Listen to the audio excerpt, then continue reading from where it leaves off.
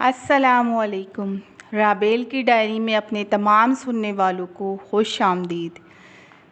عزیز viewers, درود پاک پڑھنے والے کے لیے ہے کہ جب وہ حوض کوثر پر جائے گا اسے خصوصی عنایت حاصل ہوگی۔ درود پاک پڑھنا عبادت ہے اور درود پاک پڑھنے والا قیامت کے دن سب لوگوں سے زیادہ حضور پاک صلی اللہ تعالیٰ علیہ وآلہ وسلم کے زیادہ قریب ہوگا۔ تو آئیے ایک بار محبت سے، عاجزی اور خلوص سے درود پاک پڑھ لیتے ہیں۔ صلی اللہ علی محمد صلی اللہ علیہ وآلہ وسلم۔ عزیز ویورز، ابو علی عطار رحمۃ اللہ تعالیٰ علیہ فرماتے ہیں، میرے لیے ابو طاہر نے کچھ اجزاء لکھے تو میں نے ان اجزاء میں دیکھا جہاں کہیں نبی اکرم صلی اللہ تعالیٰ علیہ وآلہ وسلم کا نام نامی اسم گرامی ساتھ لکھا، صلی اللہ علیہ وسلم تسلیمہ کثیرہ کثیرہ کثیرہ۔ تو میں نے ابو طاہر سے پوچھا، یہ آپ نے کس لیے لکھا ہے؟ تو انہوں نے فرمایا، ابتدا میں جہاں کہیں حضور اکرم صلی اللہ تعالیٰ علیہ وآلہ وسلم کا نام پاک لکھتا تو ساتھ درود پاک نہ لکھتا۔ ایک دن خواب میں سید الکونین صلی اللہ تعالیٰ علیہ وآلہ وسلم کی زیارت بابرکت سے مشرف ہوا اور میں نے سلام عرض کیا۔ سید دو عالم صلی اللہ تعالیٰ علیہ وآلہ وسلم نے چہرہ انور دوسری طرف پھیر لیا۔ میں نے دوسری طرف ہو کے سلام عرض کیا تو میرے آقا نے دوسری طرف چہرہ انور پھیر لیا۔ پھر میں نے سامنے سے آ کر حاضر ہو کر عرض کیا، اے میرے آقا صلی اللہ تعالیٰ علیہ وآلہ وسلم، آپ میری طرف سے چہرہ انور کیوں پھیر لیتے ہیں؟ تو فرمایا، اس لیے کہ تو کتاب میں میرا ذکر کرتا ہے تو مجھ پر درود پاک نہیں لکھتا۔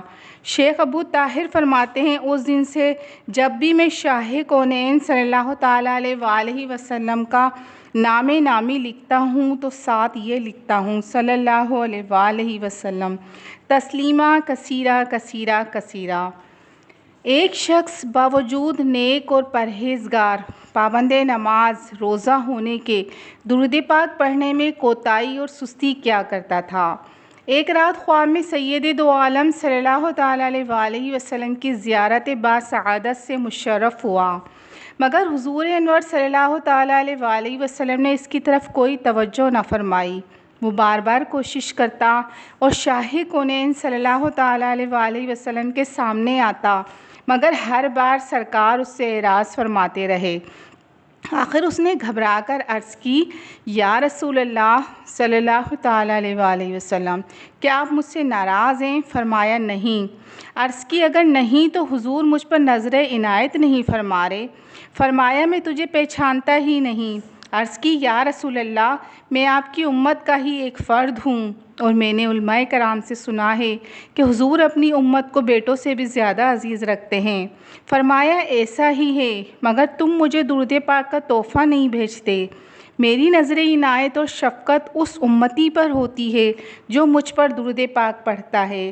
وہ شخص بیدار ہوا اور اس روز سے ہر روز بڑے شوق و محبت سے درود پاک پڑھتا رہا۔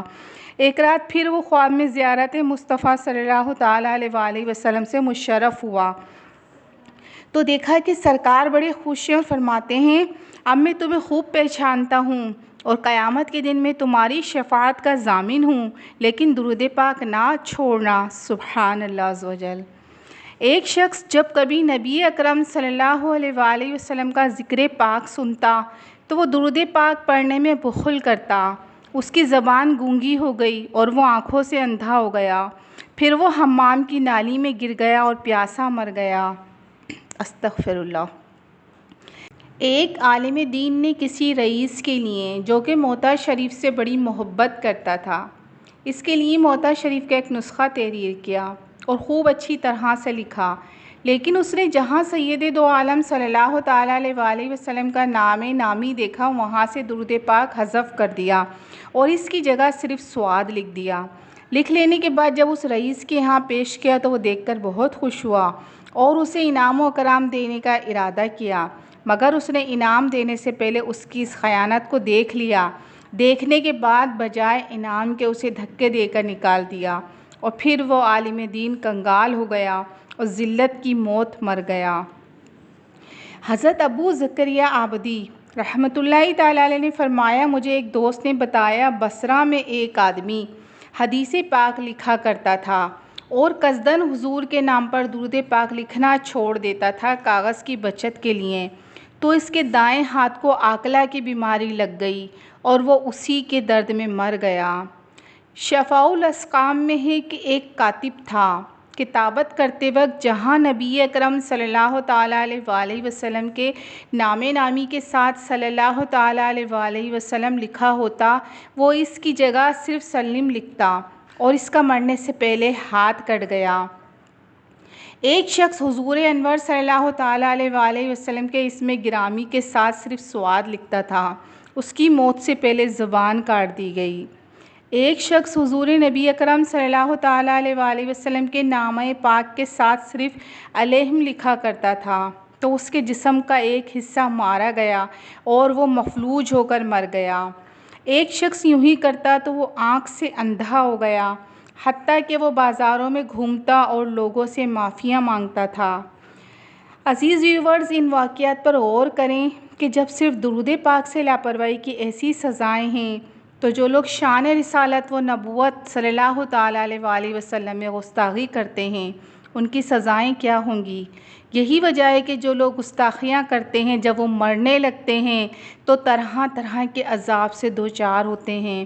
زبانیں باہر نکل آتی ہیں، زبانیں کٹ جاتی ہیں، تعفن پھیل جاتا ہے، گویا کہ سامان عبرت چھوڑ جاتے ہیں۔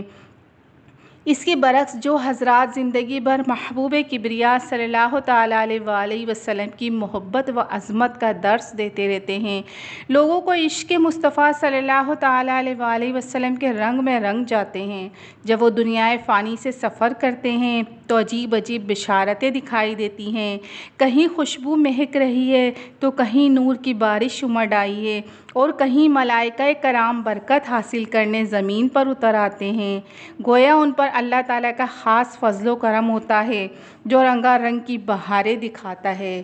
تو اللہ تعالیٰ سے دعا کرتے ہیں اللہ تعالیٰ ہمیں بھی کثرت سے درود پاک پڑھنے اور آقا علیہ الصلوۃ والسلام کے نامہ مبارک کے ساتھ صلی اللہ علیہ وآلہ وسلم لکھنے کی توفیق عطا فرمائے۔